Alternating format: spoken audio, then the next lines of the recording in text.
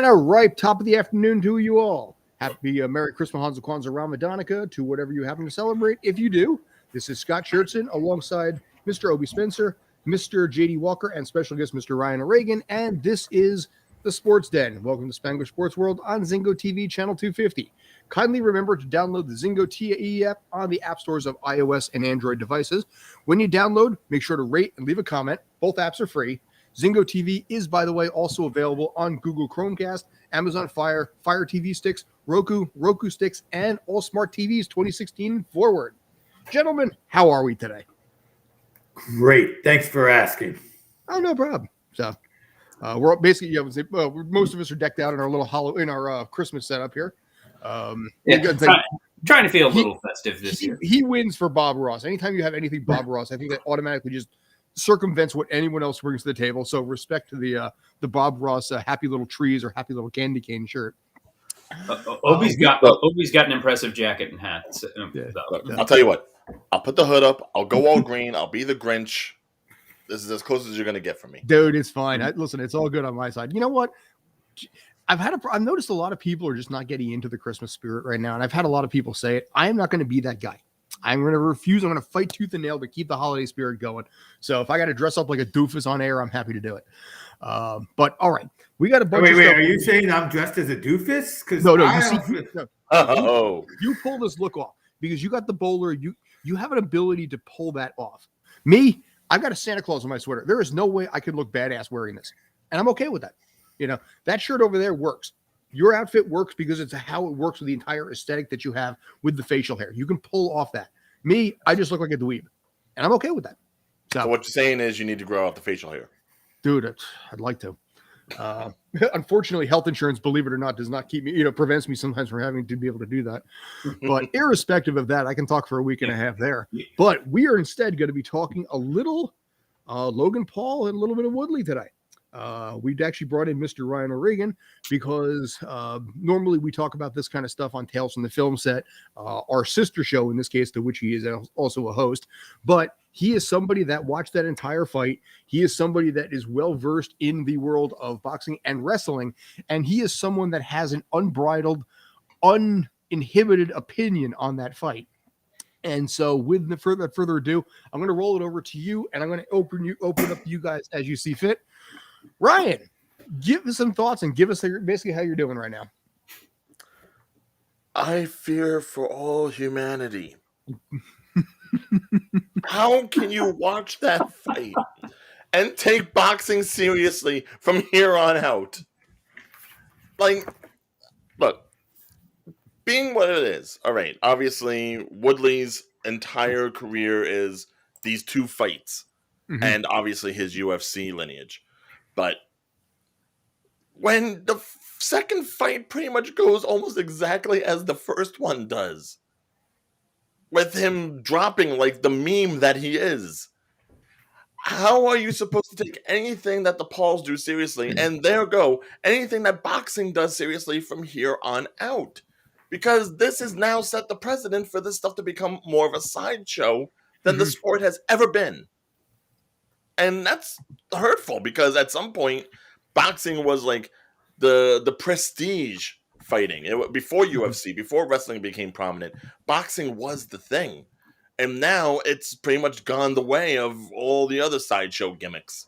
And the fact that Jake Paul is still undefeated astounds me. I know it's exhibitions and what you want to call the records, whatever it is. But as far as the lay fan would see it, he keeps knocking them out. And oh, my head. Oh, my poor head. I want to open this up to either one of you guys. Whichever one you want to go first. I disagree utterly and completely. I haven't watched any of the Jake Paul fights or any of the Paul brothers fights because I understand what they are. Most of the time when you are coming up in boxing, nobody knows who the heck you are or what you're doing. You're getting your face pounded in against much lesser opponents, building your way up to a respectable 15-1, 16-0 type record, and nobody knows who these tomato cans you are fighting are. But you got your face pounded in and didn't get paid. The Pauls are famous enough to get paid while they get good and learn to box. He's got to resist the urge to not fight somebody who can totally destroy him in a legit match and start putting losses on him so he can't get a title shot. If his intention is to actually be a boxer, which I believe it is, he's doing it the most brilliant way. He's getting big time fights to learn to box against opponents that aren't up to him. He's getting through the traditional gatekeepers and using famous people and getting paid to build up to a legit title fight. And I think it's brilliant, and I think it's going to save the sport, because just like UFC had its tough competitions, it puts the other guys on the screen, it puts the other guys in your head so that you can root for guys as they come up, and when guys get stopped because they're not good enough, you know who they are, and you saw them rise up, as opposed to being told, here's two guys, one's 20-0, one's 22-2, and that's the first time you heard of the 22-2 guy who's the number one contender, because everyone else you fought you never heard of. So I think it's brilliant, and I think the rest of boxing needs to follow suit, and there are going to be other guys who are going to, maybe he'll lose to somebody who we've never heard of, who's a legit boxer when he's got 10 wins before he gets a title shot. But I think it's going to give another legit boxer a shot or two before they get, I like it. I think it's going to only help the sport. I'm sorry. But you're honestly telling me that Jake Paul gives a damn about the sport of boxing. Ryan, I want to hold you. Give JT a shot. He's been very, very patient right now. So let him roll, and then I promise to come back to you immediately. Fair. You're saying it as if boxing wasn't already a sideshow and a complete joke to begin with. I mean, Floyd Mayweather. I mean, you say, oh, Jake Paul is made 20. This is in pounds, so 25 million pounds. That's roughly 32 million US. Just for showing up, essentially. I mean, the Paul brothers are just a symbol of what is wrong with boxing. What is, they make all other YouTube, they are pathetic YouTube streamers who somehow have a sizable following, yet I don't get it. I've never understood any of this. And as long as people are still dumb enough to keep buying these pay-per-views to the tune of what, $90 a pop? How much are they charging? Ryan, how much did you pay for that? Yeah, at least I can honestly say I didn't buy the pay-per-view. I went to the local bar and restaurant, and I used my money properly towards the establishment. Yeah, I feel bad for them spending the money. Good on you for supporting local business, because that's really the only good thing that comes out of this. It is insulting to fighters coming up who have to fight the tomato cans for no money. But as long as there's money to be had, they will do it. I mean, Floyd Mayweather essentially made an entire career out of doing what Jake Paul is doing, of ducking anybody else of any kind of quality until they were already past their prime. And he goes down as an undefeated fighter because of it. Paul is trying to do the same thing, while not fighting any actual boxers, and he's made $30 million and counting doing this, and it's going to continue until people stop. And just as long as there's money to be had by somebody, and good for Jake Paul to take advantage of this system and milk every dollar out of it that they can. I do not begrudge people for doing what they can to make money, and people are willing to give it to them. That is the part that I just do not understand. What I think in this case here, let me for 1 second. What I think in this case, it's more of a sign of the times than it is the sign of the sport.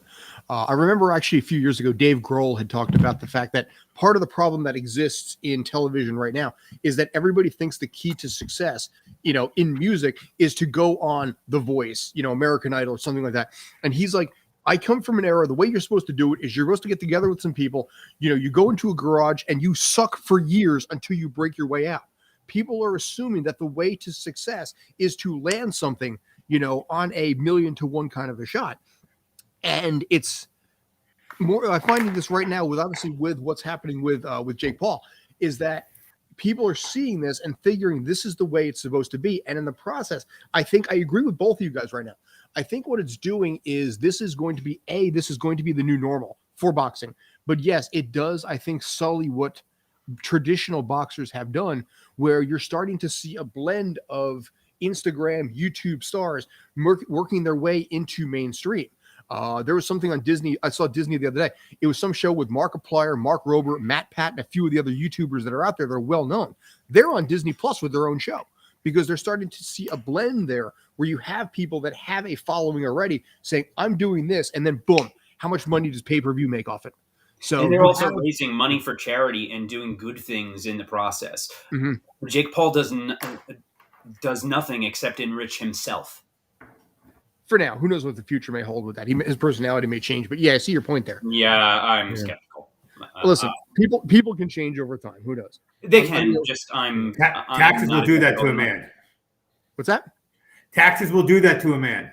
Oh yeah, yeah. Get that tax break. Start donating to charity to keep that number down. But I mean, Ryan, I'm going to turn this over to you in a sec. But I get where you're coming from, where the traditional what boxing used to be has become more of an amateur sport now for easy, cheap ratings for whatever TikTok, Instagram star wants to go at it.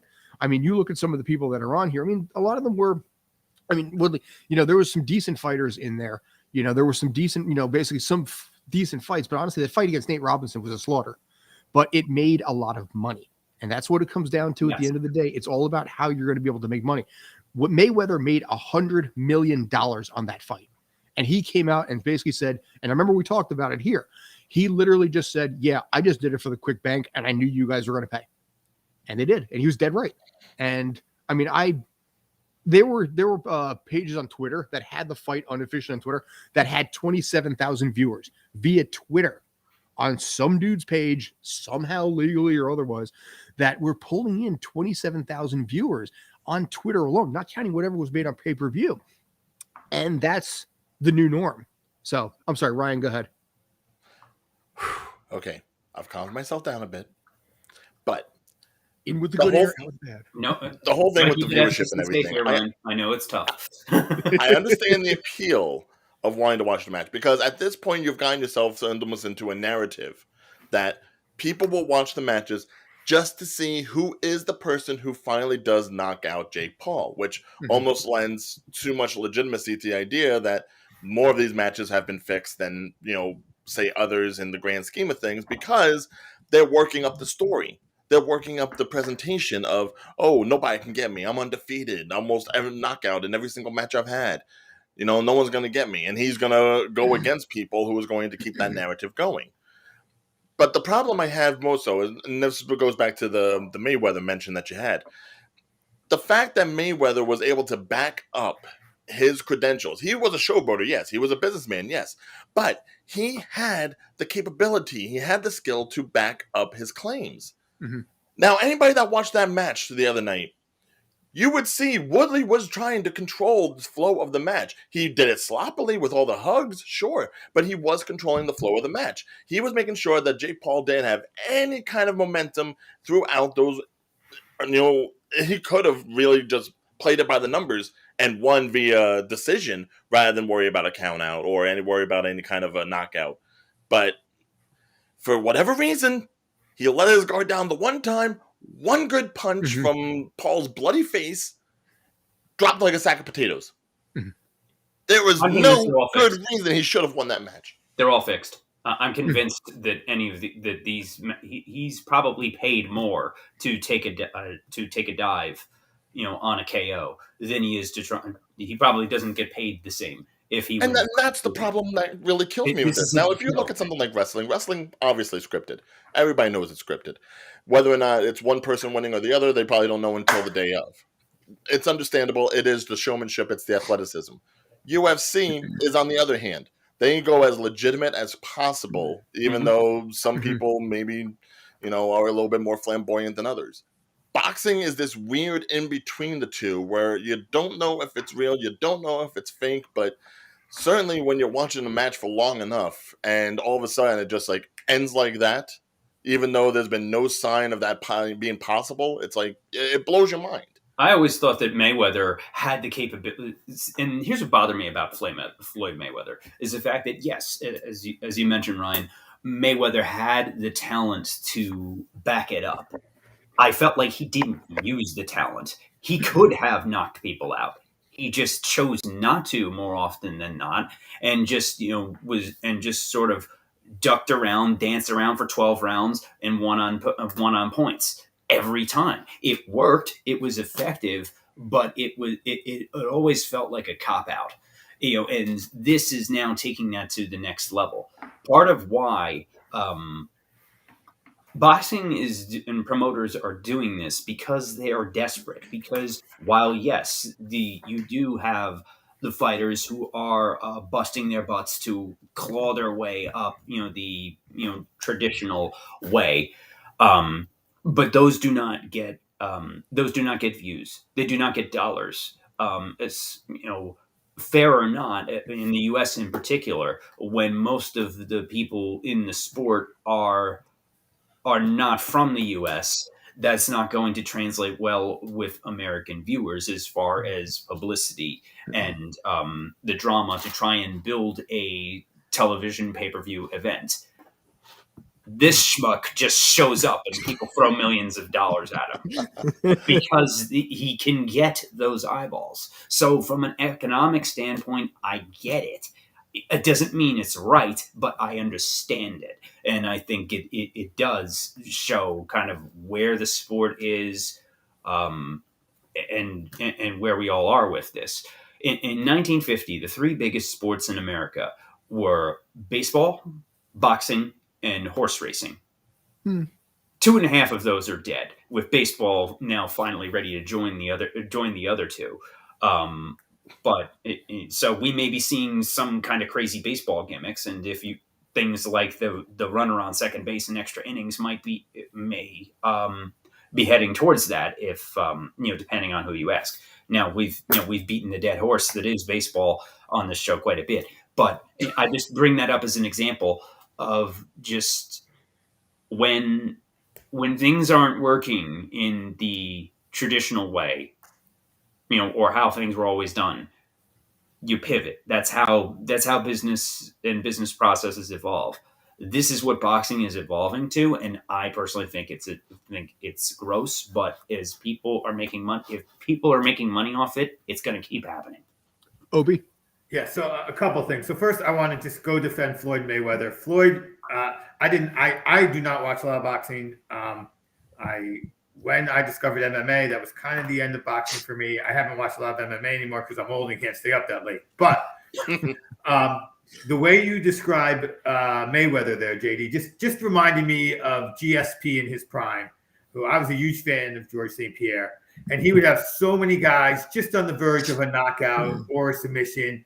And he was like, I'd rather just make sure I win this fight than go for that flashy move and maybe fall off the top, not get the arm bar, and then be underneath. And from what I understand about Mayweather was basically, you can't hit me, and I can counter, jab you in the face 3 times and back away, and you can't hit me, and I have the stamina to go 12 rounds. So Mayweather not wanting to be exciting versus winning, that's how he put his money in his pocket. So I'm not going to blame him.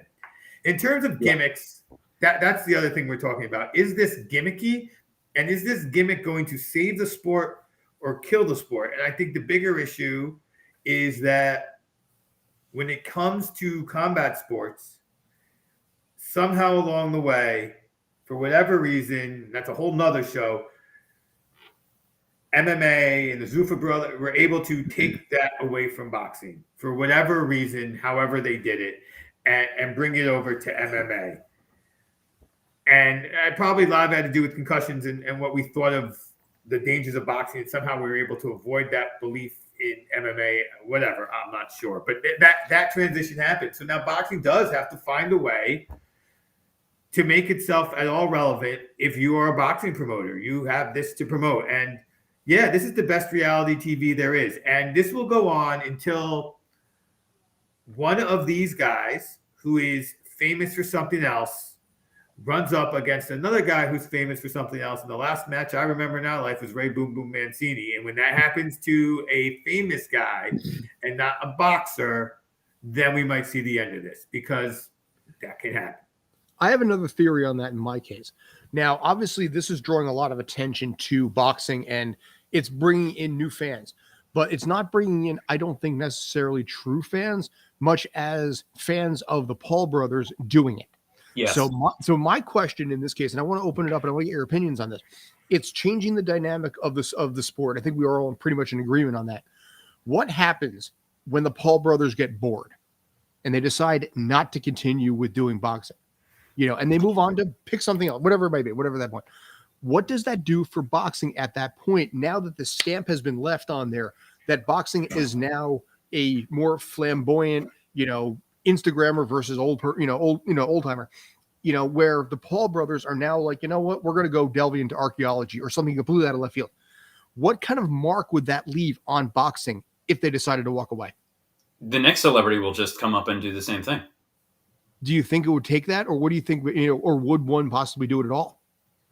I think that if the Paul brothers continue to do this and do this successfully, they will take their money and run, and then the next person will come along and try this and try the same thing. Some other YouTube star, some other entertainer, whatever. I mean, these types of staged exhibitions and shows aren't new to boxing. What was it, Butterbean? Was I remember that about 20 years ago. So these kinds of fights have been around, and these fans aren't necessarily going to become boxing fans because they were brought in by the Paul brothers, who they're so indistinguishable to me. I keep forgetting who actually fought the other night, whether it was Logan or Jake. I don't know. It was Jake. I said Jake was the one that fought this past Saturday. Logan's the one that went with Mayweather. Yeah. I said Logan at the beginning of the show. I apologize. I was off on Which, of course, mind you, that was the funniest thing about the entire match on Saturday. Every time they showed Logan Paul, they had underneath him, went the distance with Floyd Mayweather. It's like, I've gone a further distance on my bicycle. All right, don't tell me you went the distance with Mayweather. Mayweather could have crushed him if he wanted to. Mayweather would absolutely just destroyed him if he chose to. So I want to get back to the conversation at hand with what I think boxing will do when these guys go. And I have two names that just jump to mind: Tyson and Woods. And boxing never quite recovered from losing Tyson. That may have been the bigger issue. And golf, a sport that I love, still can't get the ratings it had, can't get the money in the purses that it had with Woods out. So yeah, sometimes these characters, whoever they are, for better or for worse, matter too much. On the other hand, basketball recovered just fine with Jordan leaving. And football has been figured out how to make its players famous and keep the sport rolling. So it's really going to come down to the businessmen behind this. Do they have the skills? And boxing is showing it does not for generations. They never have. Well, that becomes the question, like, who's going to be the next homegrown talent? Because that's how you keep things going. When you take someone and you build them up properly, rather than somebody who already has enough clout just jumping in for the fanfare it's of a it. hobby, I remember Jake at the end of the match, he was calling out Tyson Fury and Nate Diaz. And I'm like, no, there is no way either one of them will get in the match with him.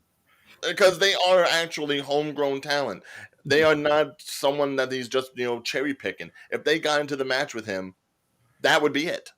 One of the issues of boxing versus the other sports, like golf, like football, is that boxing is very decentralized. You have multiple authorities, multiple championship organizations, and it's a sport that has always been run by some unsavory characters that were mostly just grifters. So without the lack of a centralized organization or centralized strategy, it kind of creates a one-off, everybody for themselves thing. And that's been a boxing problem for decades. So this is just the latest manifestation of that. Well, yeah, because it's always under whatever state's boxing commission. There's not an NHL or an NFL or anything that state, throughout the nation. And if there was, maybe things like this wouldn't happen. And because they'd actually want to have some more legitimacy, so this way there isn't investigations. I would like to think that if there was actually a governing body, they would want to make sure that the stuff that happened with, soccer a year or so ago never happens with them, because they know that there's already an unsavory taste with the sport of boxing. So they would try to clean it up. But it's a matter of who you get to actually put on, who you're going to get to govern something like that. Mhm. Certainly, I'm not getting anybody with like some long-standing hair who's going to be touting around somebody like he's the greatest of all time. So who do you get? Well, Nobody here's my wants that question. job. Here's my question to you. I have my own opinion on this, my own thought on it. But do you ever foresee something where the Paul brothers will in fact fight one another? Obi, I'll start with you if you want. I don't know enough about them and their relationship and what the difference in the money would be pounding each other versus not to answer that question. Pass. Yeah. All right, JD. Ryan, I'm going to save you for next to last before I have my own thought. But JD, I think do you have an opinion on this? If the logo, I would think they? if they get paid enough, they'll do it. Okay, Ryan. Would the Paul brothers ever fight each other? Yes. And knowing them, they would probably come up with some nonsense where it ends up as like a complete split decision, and they start arguing about it, and then that leads to a second match, and then it's split decision in the other way, and they'll push it to a third. They will write the story if they want to. Unless someone like FouseyTube comes in and breaks up the fight or knocks one of them out, and before you know it becomes a wrestling match. They will do it, but just because if it's them and only them, they have complete control over the scenario, and they can make it as ridiculous as Jake coming out to YMCA like he did on Saturday. My thinking on this is that they won't until they jump the shark and have to. Where they can make enough money separately with this, because they're still relevant enough. I think when people start losing interest in it, and they want to, if they decide to continue letting it run, but the industry's lost interest, then at that point, after the shark jump, or better yet, riding the ball, then the two of them will go at it at that point, but not before. They're making too much money. They're getting too much credibility. And also they're too strong promoting the other brothers' fight.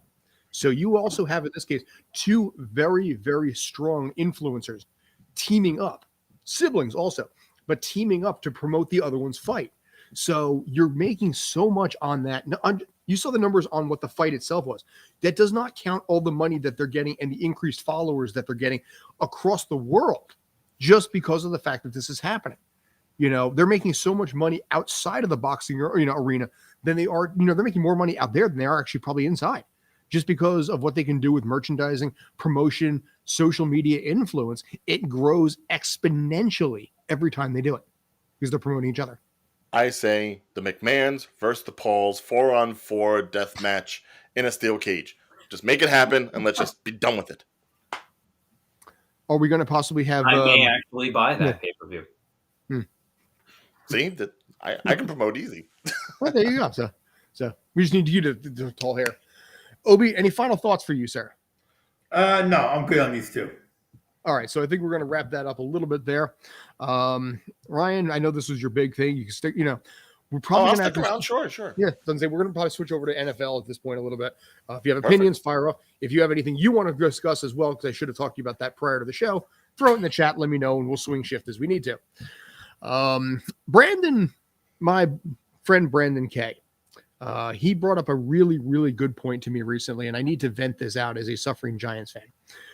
The Giants obviously are a whopping impressive 4-10, but it's not what they did on the field that is pathetic, although that is habitually pathetic for a team that has had a losing season 8 of the last 9 years. No.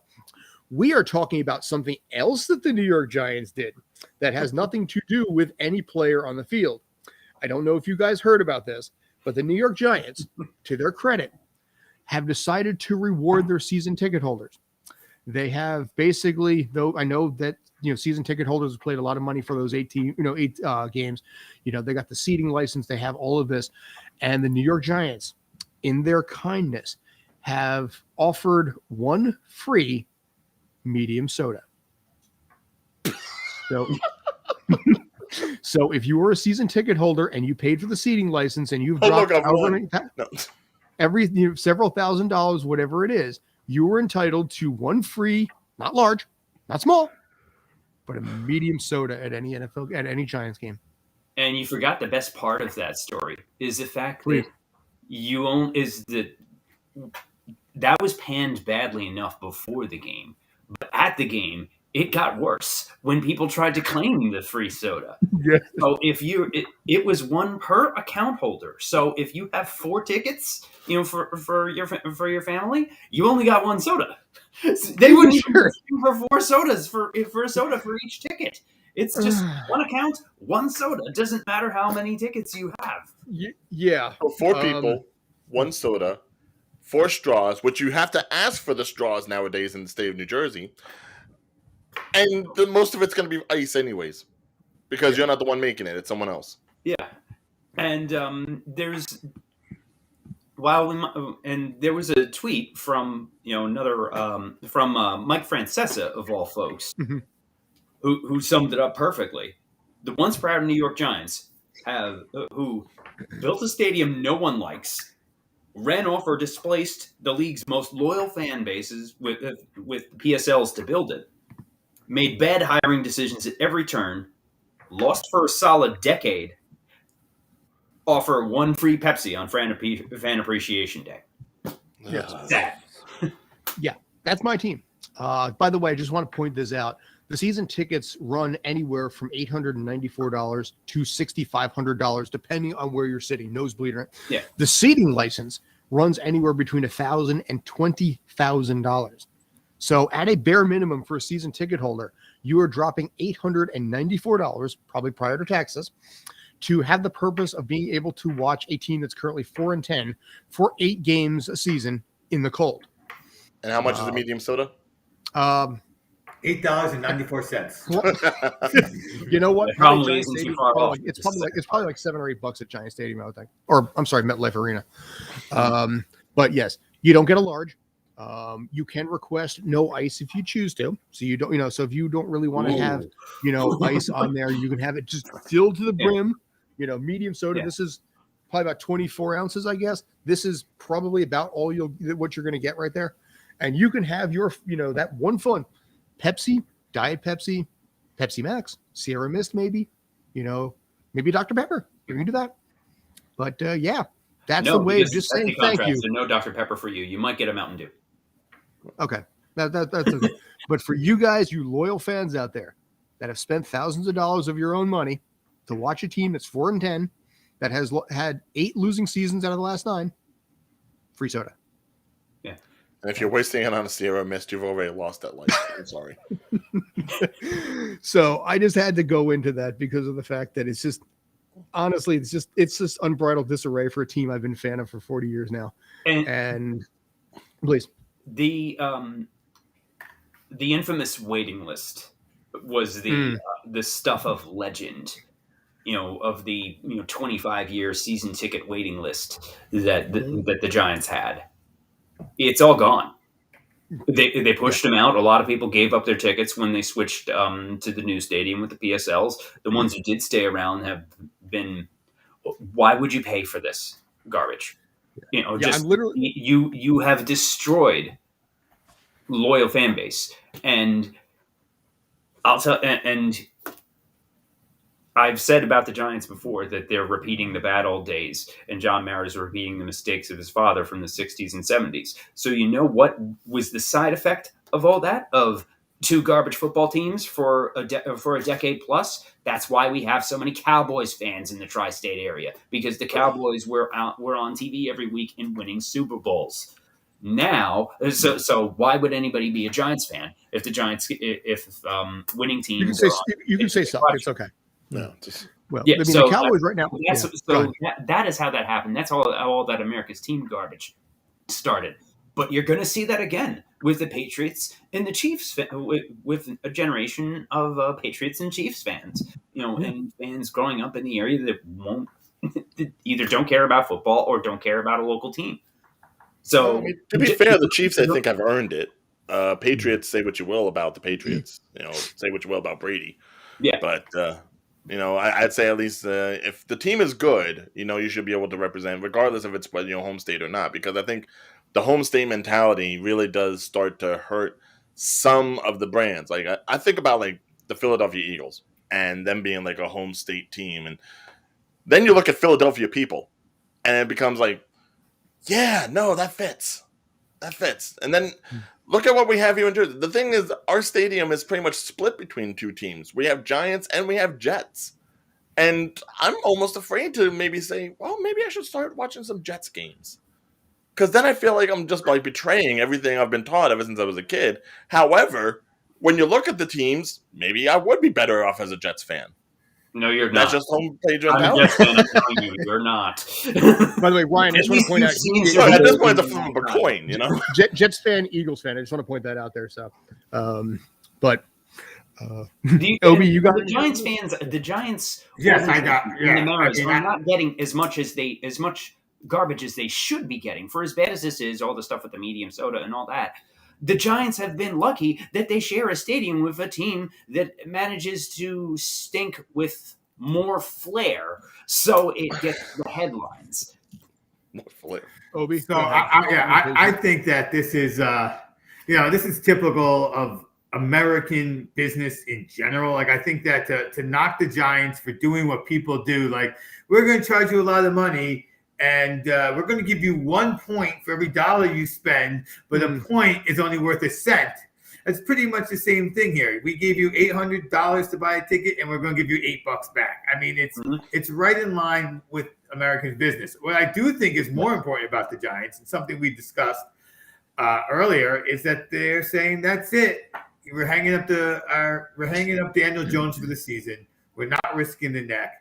Let's see what you have next year. I mean, I think by hanging him up for the season, they pretty much have said, we are committed to him next year. We're going to give him one more year. I think that's the bigger story that should be looked at, because they're the kind of the first team this season to be like, you know what? We're the team that's already looking at next year. No one else really has quite done that yet. Maybe Jacksonville's not even Jacksonville. Houston. Yeah. Detroit every year is waiting for next year. Yeah. No, it's waiting for next year as opposed to like saying we are now starting next year. Houston has started Mills all season. Houston and Jacksonville were already about next year. But the Giants are the first team that had a glimmer of hope before the season began. Who's finally like, boom, we're resting players. Resting? No, we're benching. He's done. See you next year. New Orleans didn't do it yet. They had Kamara. They got the big win. And so, we had a lot of great football this weekend, and we're here talking about the New York Giants again and the New York Jets again. And why? We had such a fantastic week of football, and you bring up that stinker of a team on that crappy stadium because they're my stinker of a team in my crappy stadium, 10 minutes down the road from me, not even, But it was one of those things. Like I said, it was just hilarity upon hilarity. That, I mean, okay, you talked about 1% return, like 1% cash back, but the difference is that when you have a crap product, offering a free soda does not offset the thousands of dollars that are put in on it.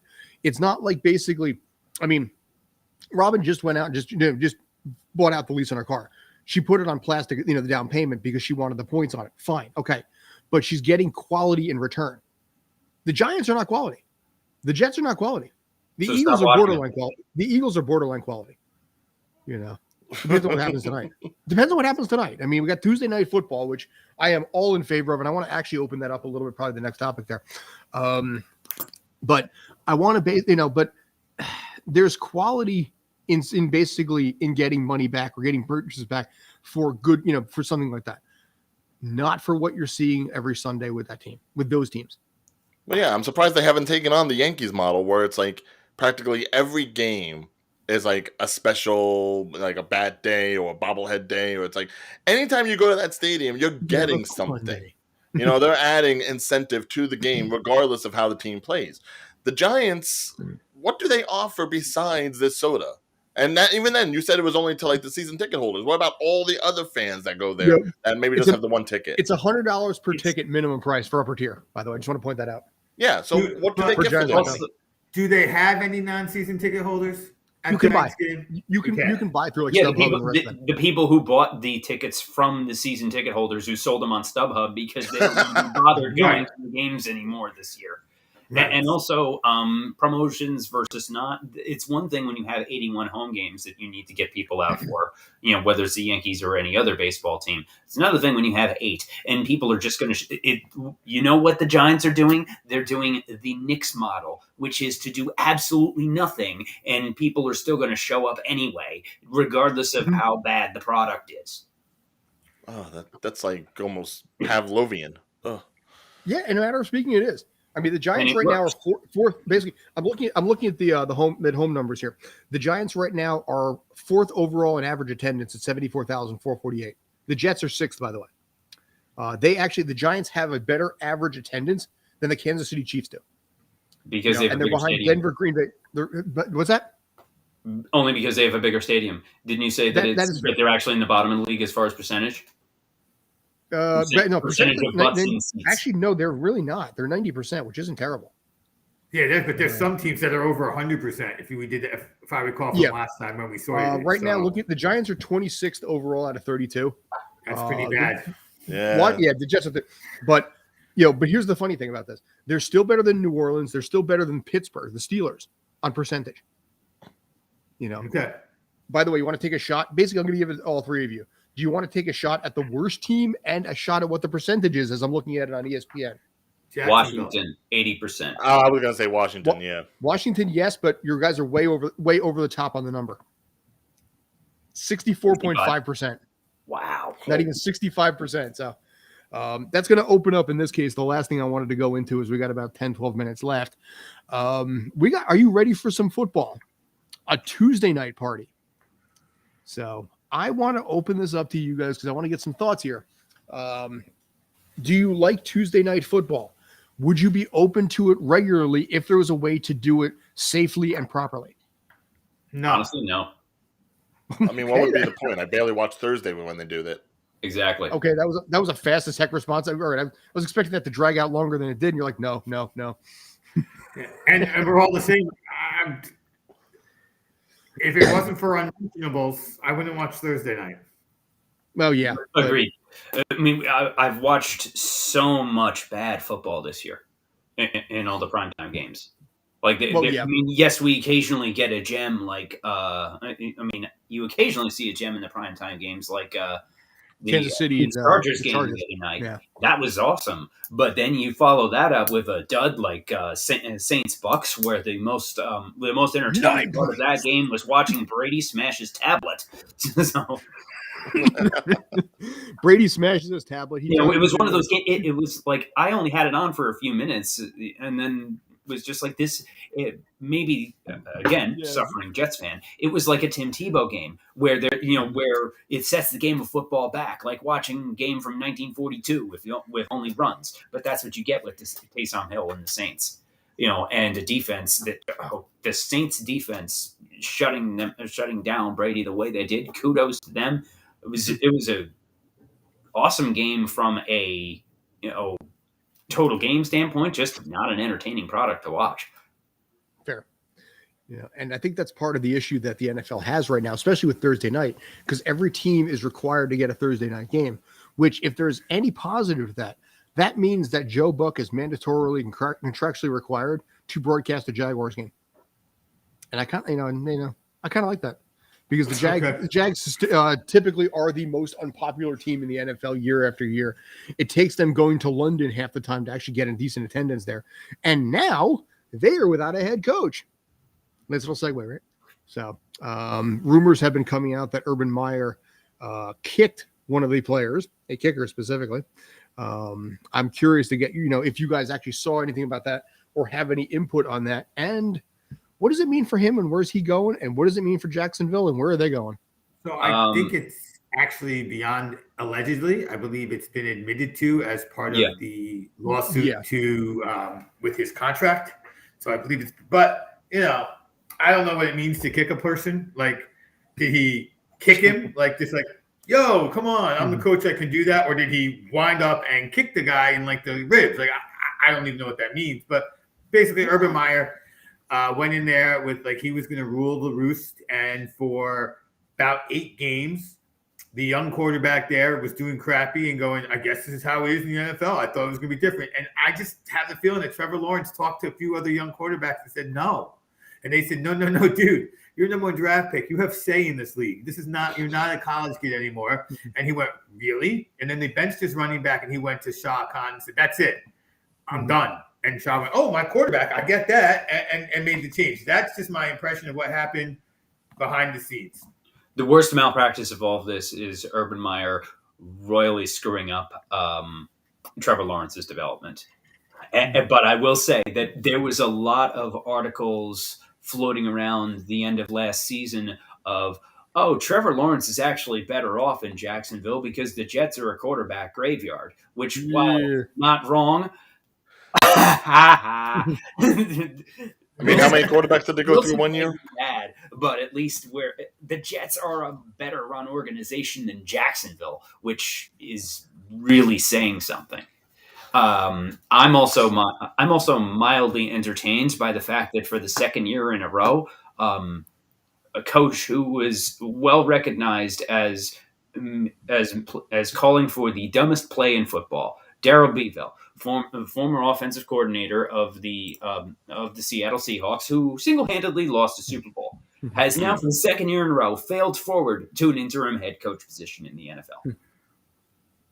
And Shad Khan might be dumb enough to keep him on if they go, say, 2-2 over the rest of the season. They may actually. It's amazing, but also Urban Meyer, Urban Meyer, Bobby Petrino, and Lou Holtz.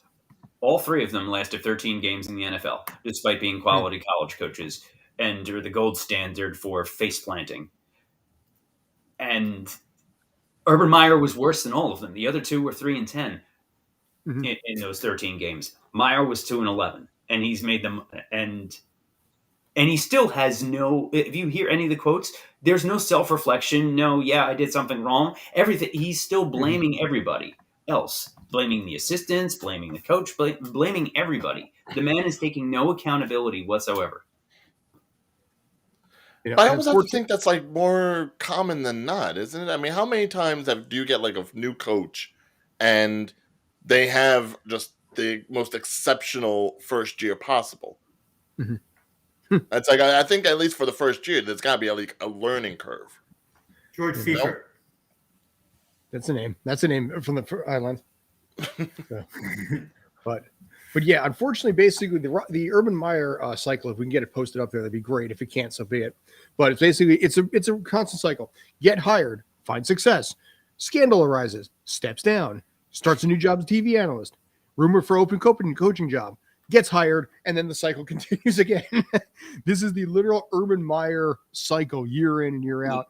You know, wherever. But we didn't have fine success this time. Well, this is the first, and this is also the first time that he got fired before his headaches came back. That is true, but it's one of those things where he still got canned anyway. And you mentioned, I think it was JD, I think you may have mentioned that it stunted Trevor Lawrence's growth, perhaps. You know, and that's where bad management, and I'm sorry, Zach Wilson's part of that too. Agreed. You know, where you have a bad team, run team that you destroy quality and potential, and then ironically enough, blame the player for it. You blame the player for not being able to, Sanchez wasn't up to par. Darnold wasn't up to par. And now, Zach Wilson isn't up to par. There was a saying I remember, from, my business days. After a while, it's not your people. Yes. And that's the phrase that comes to mind here when I see that. I see it with the Giants. After a while, it's not your people. And if you're not willing to accept that and make changes, you will always have, recycle in, recycle out, and it will never change because you haven't changed. And that's where, please. Sorry. If you swapped Zach Wilson and Mac Jones, the results of those respective teams would be the same. Where Zach Wilson would be a Rookie of the Year candidate, and the riding high with the Patriots, and Mac Jones would be getting the stones beaten out of him.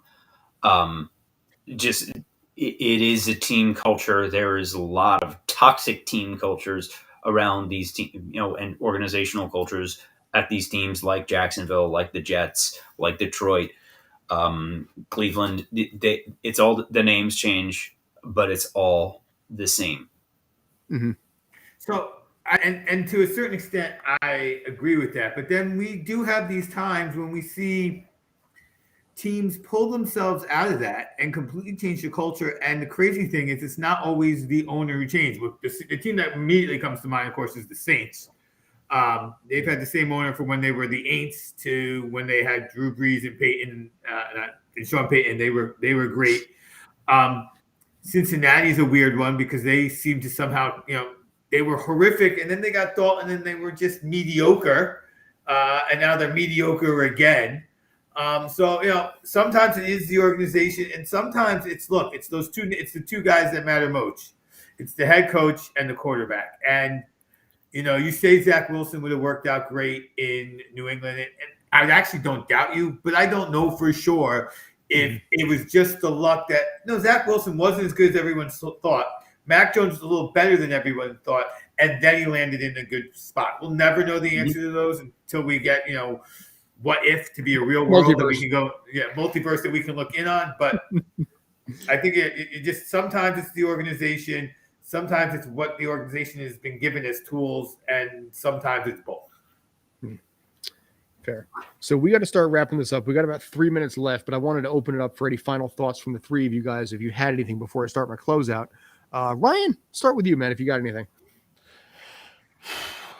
I mean, it's hard not to listen to today's episode and see that there isn't just like an underlining thread of, regardless of the sport, there is just the underlining corruption in anything, whether it be boxing, whether it be football, baseball. It's just, it's getting to the point where I almost don't know how long sports is going to be like a traditional pastime anymore, because now it just seems like it might as well just be anything else worth gambling on. That's like, I'd rather go to a casino because it's light and flashing and it's a little bit more exciting than what I would get into a field. It's like, I don't know when the next time is I'll actually spend money to go see a live sports performance of anything, because it almost never seems worth it. That's why sports ratings are down across the board, along with everything in television, but in sports in particular, a lot of so until the balls start exploding, or there's like shootouts on the field, no one's gonna care. So I'm going to take my final statement to go the other way. I don't think you need sports to be more violent. I think when it comes to sports, and specifically when I think of sports, what we're talking about is unscripted. Right now, it's going to gaming. And so I think it's less real violence to the people who are taking part. They want to be able to do their game, their sport, win, be competitive, and then walk home without a headache or concussion or broken bones. And so that's I think the next place we're going. Could be. And I think it's one of those things that there's so many more options than there were 30 years ago. 30 years ago, a lot of people never even had cable. Now, I mean, look at what you have here alone in your hand. And I think that's the big difference. There's so many more opportunities, so many more things you can work with, that it takes away from what sports used to be, because honestly, people don't have the patience to sit there and watch it anymore. We got about a minute left, so I want to wrap this up real quick. Coming up in 2 hours, we do have Tales from the Film Set. So if you like Mr. Ryan O'Regan up there, guess what? He's going to be back again in 2 hours. Double, baby, double. Yeah, two Ryans for the price of zero, because you're not paying for this anyway. But yeah, we're going to be discussing alongside JT McGuire and Rob Leckington. We are going to be breaking down Spider-Man No Way Home. It will be a spoiler-filled review. We're going to put it at the bottom. These are spoilers. Go away if you don't want to hear them. We will also be previewing the new Matrix movie, which I will be unavailable tomorrow starting about 10 a.m. because I'm going to knock that out. And then tomorrow night for Tales from the Film Set on Twitch, we are doing the watch party for the finale of Hawkeye, Episode 6. Will he be home in time for Christmas, or only in his mind? Basically, so we're going to basically react to that, because we won't have seen that until that point. But anyway, wrapping this up, as always, my name is Scott Churchson, Mr. Obi Spencer, Mr. JD Walker, and of course, Mr. Ryan O'Regan. This is the Sports Den. Thank you for tuning in. Pop in a couple hours if you feel like talking about some Spider-Man and also everything else we got on tap. Until then, stay awesome. Thank you. Not all.